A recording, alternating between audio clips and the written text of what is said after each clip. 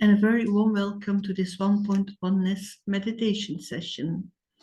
My name is Els, and I'm very happy to be with you here today. For those of you who are new, these sessions have been running on Friday mornings for the last couple of years now. These sessions are organized by One Point Consulting, an IT consultancy company based in London. Several of us working for One Point Consulting are meditating on a regular basis. The meditation we practice is called Raja Yoga. It's the yoga of the mind. We live in a fast-changing world, and we have to face many challenges coming our way, not only in the workplace, but also in our personal lives. The idea came to share some of these meditation practices with a wider audience, with the hope that others can also benefit from meditation. The Oneness project was launched in May 2020 in the middle of COVID and pandemic, which was a very difficult time for many people. So far, we have had more than 150 international guest speakers from different professional and cultural backgrounds. These are experienced meditators, and they share their thoughts about a particular topic, but also guide us into a short meditation. All the sessions have been recorded and they are available on YouTube. Today, I'm very pleased to welcome Carolin Fraude, who joins us from Germany. Carolin studied educational science, psychology, and philosophy, and works at the Trans-disciplinary Research Institute on Sustainability in Germany. In her work, she designs, facilitates, and researches reflective dialogue formats for various stakeholders at UN climate change conferences. She has also been part of delegations to the UN conferences at the Commission on the Status of Women. In addition to her professional work, Carolin has been meditating for many years, practicing Raja Yoga meditation, and she also coordinates the activities at the meditation school in Berlin. The topic for today is very interesting: emotional stability in troubled times. So very warm welcome to you, Carolin, and very pleased that you can be with us today. Thank you, Els, and thank you to One Point for this really amazing initiative over such a long time now, with so many different topics and speakers. Yes, emotional stability in turbulent times is, I think, a theme and an aim for us all, because the times we are in are really providing us with a variety of challenges. Sometimes it's just the lot which is on our plate. There's just too much we want to do, have to do, our things are in demand. Sometimes we feel the opposite, maybe, that we don't have enough possibilities or opportunities to engage with our full potential. Can be overwhelming as well. Sometimes it's just the state of the world with its perma crises, all the news and information we get every day. Sometimes it's more immediate, challenging colleagues at work, or dealing with mistakes. We are all humans and we do mistakes ourselves, others do mistakes, and sometimes that can be challenging and overwhelming because we are not, things happen in a different way than we expected things to happen. Depending on the mood and state we are in, this can be overwhelming, but also the constant complexity our mind needs to engage in. Even the most simple thing than buying a ticket in a different city. Every city, at least here in Germany, has its own system how to buy a local transport ticket. And sometimes even that can be so complex and complicated that you stand there and you don't get it. So we live in a world which is quite complicated and complex. and on a very daily basis requires a lot from us. And I think the first step is to acknowledge that and understand that it's not only me who is maybe just overwhelmed or not in balance, but it's also the time we are in. And being aware of that helps us to prepare ourselves for that daily challenge, I would say. And that, of course, meditation is something which is a help for many for us to empower ourselves and engage in very powerful, rejuvenating thoughts. And we will come to that by the end of this talk. But also in the daily moment when things are coming to us, situations, conversations, tasks, whatever, people, we can practice to check before we engage in something. So let's say something is coming to me, maybe even at lunch and talking with colleagues, or we have a meeting, and someone is coming with a new project, with a new task, to check myself, do I personally have to engage in this right now?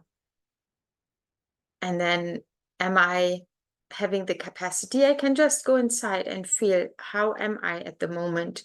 Because sometimes it's a bit like a hamster a circle where we just jump into everything, even if it's not directly asked of us. And if I'm aware, if I'm in touch with myself and my inner state of being, I can check, is it okay for me now to, engage in this conversation even, or consume this and that information? Or where is the impulse coming from that wants me to jump into that or drive with that? Is it just curiosity, or is it the feeling or the need that I want to be involved in everything and know everything what others are doing? Or is there really, do I have a really clear idea what I could meaningfully contribute to something or not? So this moment to allow myself to pause and check first my capacity. Am I already filled up with information and complexity in my mind? Do I need a break actually? Or am I okay with engaging in whatever comes in front of me? So often we can choose and decide. Sometimes it's a demand that comes to us. And then even then I can check and say, can we do that later? I actually need a break, or actually I want to finish this task and then go into something new and listen to some new thing to come. Things like that. But then also it can be more on a human personal level, not the tasks. For example, aging. It can be overwhelming seeing that I cannot do what I used to be able to do physically. I feel I have less power than before. And that can be even scary. Or in my case, also having parents who get older and seeing them struggling can be challenging. And so again, the first step, to go inside and acknowledge and see, how is this situation which is coming in front of me, or the reality, what is it doing with me? Am I in the right place, in the right state of mind to deal with it right now? Or do I need a break? Do I need to care for myself? Do I need to have a moment of stillness and then engage with it? So the general step I'm making a point here is to be in touch with myself and allow myself to not jump into everything or engage in everything immediately, but to pause And that often is already enough for me to know what and how to engage or not. The same thing is consuming information. I mentioned it briefly in my first example, but there's so many information coming to us through social media, through even sitting on the train. There are these screens which tell us the news. Do I need this information? Is that in any way helpful for me right now? Or can I withdraw from from consuming this information? I also actually hear more and more people who say, I am not always listening to the news anymore because it makes me depressive. And I can totally understand that. And I think it's very wise or responsible to decide if I'm really ready to consume all this negative information of one crisis to the next. And here we have to also acknowledge and ask ourselves, hearing that is challenging. I may ask myself or make myself understand that in certain things I cannot do anything. It's so far away on such high level of politics that I cannot engage in that. I cannot have an immediate impact because I'm not a politician. I'm not working on that level. But maybe I can just take a moment in my meditation and not go into the sorrow or maybe even not emerging all the pictures we see on TV, but to connect with the people on the, we say, soul level, like mentally, and hold them in my heart and just share my love and power, and maybe even visualize how light is getting powerful, so that I have the feeling I have not done nothing, but I'm really having powerful thoughts and I'm sharing this vibration with people who are in need. Maybe you have even felt it yourself, that someone was thinking of you when you were in hospital or so, and you felt empowered suddenly out of the blue. And these good wishes we have do reach, and they do support another. We can support each other with that. So it is not just pleasing myself to do that or giving myself a good feeling, but it is really something we can do.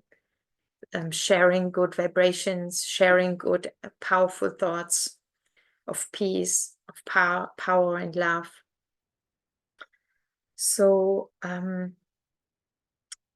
that's turning something negative around in something positive. And there is a deeper level of impact by doing that, by turning things around. And that is everything which I hold in myself, any feeling, any thought, any picture, any information has an impact on me. And if I'm consuming a negative information, a negative picture of violence, that vibration is having an impact on me. Psychology even says that if we repeatedly, for example, keep in mind a violent situation, it is like experiencing violence. And if I'm taking in violence, I'm actually, there is a point where this goes out again. So for me, that's a motivation and a warning signal that I don't want to consume violence, any violence, even just on a screen, because it's taking in violence, and then I will take that out. I will have a strong comment or a nasty word to someone else, or just a vibration, a negative vibration about someone, because everything which goes in will come out again. So that is a motivation to be very careful with what I take in. And so how to turn something negative into something positive? Well, that's, for example, I say, okay, I see that, I know about it, what's happening in this and that country. So let me turn that around and share my love, share my good wishes, share my determined thought that things will change ultimately. And then I feel and experience inside good feelings, good thoughts, empowering thoughts, like that. So that's a very subtle byproduct, I would say, but a very important one, that I'm taking care of the imprints which I'm experiencing daily. And if I'm taking care of that, I am taking care of my heart, the heart of the soul, because my heart becomes weak, my emotions, my feelings get weak and negative if I'm allowing these imprints. So let me fill myself always with positive, uplifting, and constructive feelings and emotions. And so for that, besides checking myself and turning around things from negative into positive, let me also practice to hold a moment. The other day, I had a beautiful meditation experience. It was one of deep aliveness. I felt like I'm in an encounter with divine energy, divine source. And it was very alive. I felt myself very alive. But at the same time, it was also a moment of eternity, where everything kind of freezed whilst being alive. So it's a bit of an opposite, but it was the experience. And that moment of freezing into eternity was so empowering and light and uplifting. And then I thought, okay, let me make that a practice, that like you make a photograph in a moment. You see that sometimes in a film, they play with these tools that they make a photograph of a certain scene, whilst the film is then in the background moving further, but this moment is captured. And our mind can do that. We can notice a beautiful moment, maybe in nature, maybe in a meditation, maybe in a conversation, in an encounter with someone, and let me make a photo in my mind and keep that moment for eternity. And what I'm keeping is the uplifting energy and the joy I have experienced. And I just hold that. It's like you eat something very delicious, and then you allow yourself to taste a bit longer. You hold this in your mouth, the food, and you taste it very consciously and intensely. So in a way, you can taste nice and beautiful, uplifting situations in that way, and hold that tasty moment or this beautiful vibration longer. And if you do that, it goes again deeper inside you, in your soul and your subconsciousness. And that's nurturing, that's empowering, that's accumulating consciously. So since it's a fashion or a habit in many to make selfies and to make photos here and there when there is a beautiful moment, maybe it's a beautiful exercise to do that in your mind, in your consciousness, that you make click and you feel and taste the energy of that moment and allow it to go in deeply. It's a practice, and we can do that. So I invite you to take photos with your consciousness. And that, as we go back to, in our phones, back to beautiful moments, scrolling through our pictures we made from little trips here and there, meeting friends, even that can be done also mentally. So can I go back to that moment which I freezed or made an eternal moment in my mind and revisit that, pack it out, unpack it, and go into it again and feel the beauty of that moment. So it's like something I can do in between. So sometimes I do have these special moments, and I photograph them in my mind and hold them. And sometimes I don't have it freshly, but I can go back and vitalize it. Yeah. So lastly, let's go to a difficult emotion like fear. How to stabilize myself in that situation when I notice fear coming up inside myself. And fear is an emotion which can really create a lot of chaos. It can block and switch off even the intellect, our ability to make sense of something, and our ability to decide, make the right decision in that moment. And that can be dangerous if that ability is blocked. And overwhelming difficult emotions of fear, anxiety can do that. So again, let me be aware of these feelings, even if they come subtly, because they can grow quickly, and encounter and deal with them in the right way. So it's always, again, the step of noticing it and then turning towards it. And for me, being someone who also facilitates conversations, dialogues with people, where you start to practice sensing the space, sensing the energy in the room, in the group. You can also do a similar thing in your mind. You hold the space in your mind for yourself and for your emotions. So let's say you step inside yourself and you notice this fear, and you're really present with that feeling. It's like you're even looking at it as if it would be a person. And sometimes even that you can do as a practice. You visualize that fear in a form, can be any form.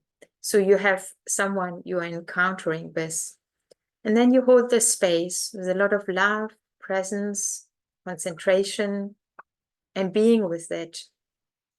And what happens when you turn towards it in that conscious way is it cannot go viral, it cannot go out of control. You're with it and you're holding it, you're controlling the moment. And you're anchoring yourself. That's very important. To be anchored. You are anchored in yourself and even in connection with something else, which is in that case the fear, but you position yourself. That's stepping into your position of power again and control. And then with a lot of love, you can talk to yourself, you can talk to the fear, and you can use your understanding and explain why it's okay to have that feeling, but it's not helpful. And let's look at it, what actually creates that fear. And then you can just explain as if you would explain something to a child. Just, it's very simple. Like, for example, the war situation in the world. Can explain, yes, it's happening, it's there, but it's not in your immediate situation right now. And you cannot do anything directly in that situation, but you can empower yourself and you can contribute to a powerful atmosphere by creating peace inside. And peace is also power. It's not only a value, a virtue, but it's also a power. And the more you feel that power of peace by just holding and inviting peace into your inner space, you're building a protection around yourself. And this I really have experienced a few times. And I know from others, a good friend of mine in South Africa experienced it even in a shooting situation. But I myself experienced it with the accident I had on a bicycle many years ago. I was actually driving on the bicycle in a meditative state, just practicing a stable state of consciousness. And for those who are not familiar with Raj Yoga meditation, we keep the eyes open, which is very practical when you are riding a bike. And you're totally aware of everything around you. So you are concentrated and in touch, but you are stabilized and yeah, in your consciousness of power in yourself. So I was riding, and the car on the left side, I was riding the bike straight, and the car on my left was turning right, so it drove into me. And the very interesting experience was I had no fear. I was sitting in my peace and power, and I saw the car like if it's like a film which is coming in a slow way. I don't know the English word, but it's slowed down. And you see that scene happening in front of you. You see the bike falling down. You see yourself falling down, and there was no tension. And I just knew nothing will happen to me. And the driver was shocked, of course. He had a car full of people, and the bike had also damage, but there was nothing with me. And that was, for me, and I had a few different similar situations in different contexts where I felt how this power of peace is protecting me. And yeah, I think that's again something to experiment with, because then it becomes more normal and more handy to draw upon that power when you need it. So again, to the inner space where you are encountering your fear, emerging the peace, emerging understanding. Allow the fear to slowly dissolve, and just be with it until it's totally dissolved. And then you can go into the next step of emerging something uplifting. So that's how I deal with fear or uncomfortable feelings. It requires a lot of acceptance. For many years, I couldn't speak in front of others, and there was this fear coming up. And I had to just accept it and wait and tolerate it and be kind to myself and just wait until whatever that was is over, and keep uplifting and empowering myself. So now I like to invite you to a meditation for us to practice these things. Just sit calm somewhere, relaxed, and breathe deeply.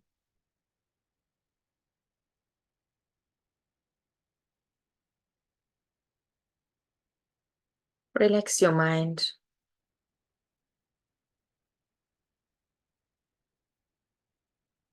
And become aware of this moment.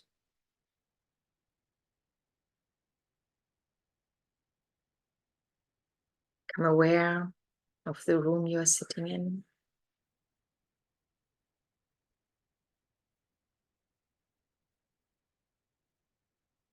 And in this moment is unique. It's a beautiful moment. I make it a beautiful moment. I'm close to myself. I'm getting closer to me.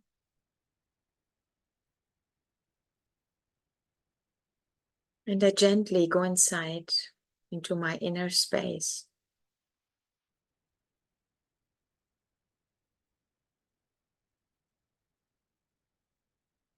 I feel myself, the being I am.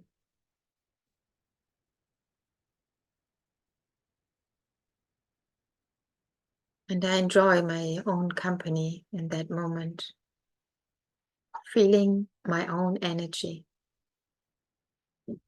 the energy of my being.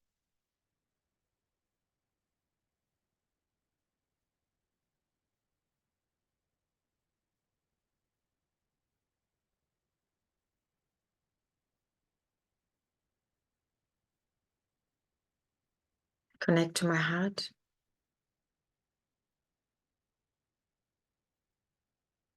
Become aware what's in my heart. What is the state of my heart?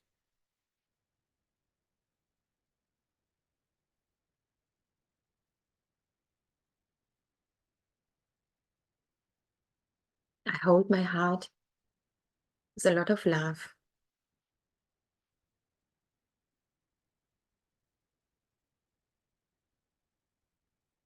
And in this moment of peace, closeness, beauty, I make a picture in my mind. And this moment becomes eternal.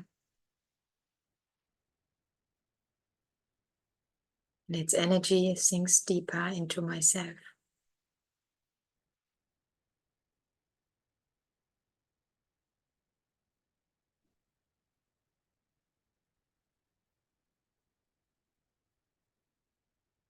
I connect to the divine light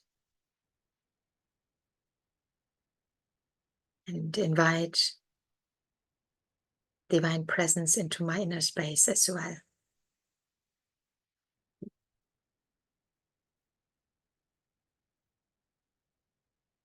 Again, I hold this moment, the beauty.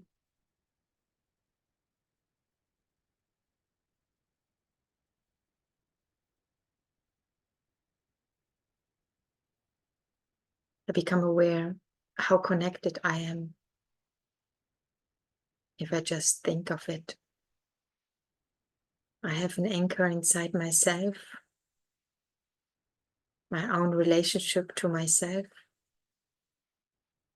and I have the anchor to the divine light. Both stabilizes me and helps me to bounce back and to respond to the complexity of this life, this world.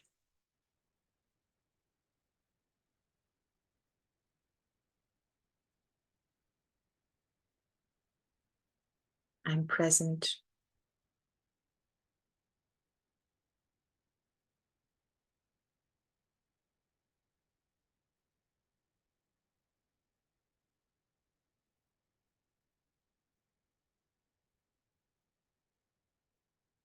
Whilst I'm holding my inner space,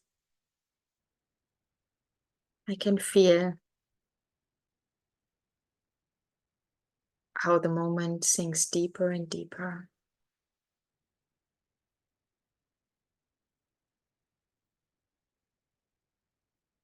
I'm free and light.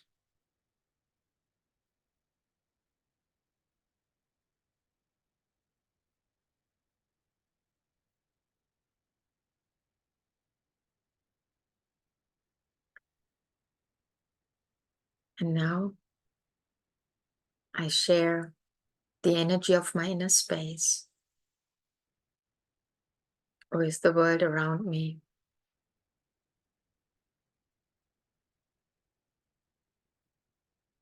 I share the energy of the divine light with the world around me.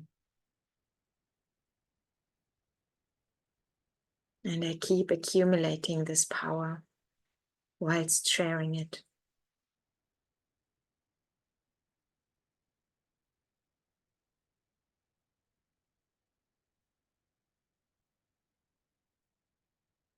I allow it to flow into the atmosphere, through the city I'm in, through the country I'm in,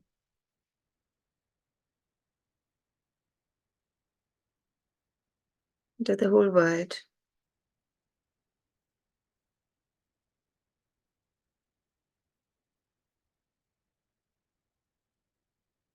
I feel my inner stability.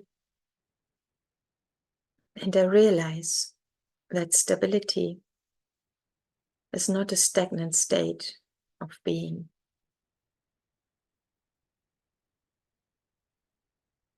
It's about how I respond to things, to people, to tasks. It's about balancing something out inside. Stability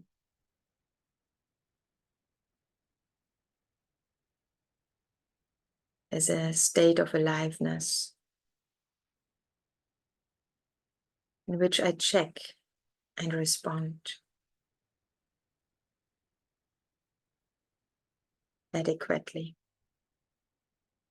for my own well-being and appropriate to the moment. Thank you.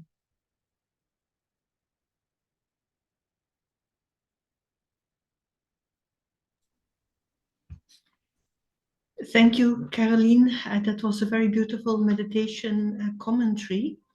But I also liked when you were sharing your thoughts about this topic. And indeed, I do agree. We live in a very complex world and in very turbulent times. That's the experience of many people around us. But it was very interesting how you mentioned that actually, if we can share powerful vibrations with those in need around the world, these vibrations will reach them. And I've heard this before, and many people experience this as well.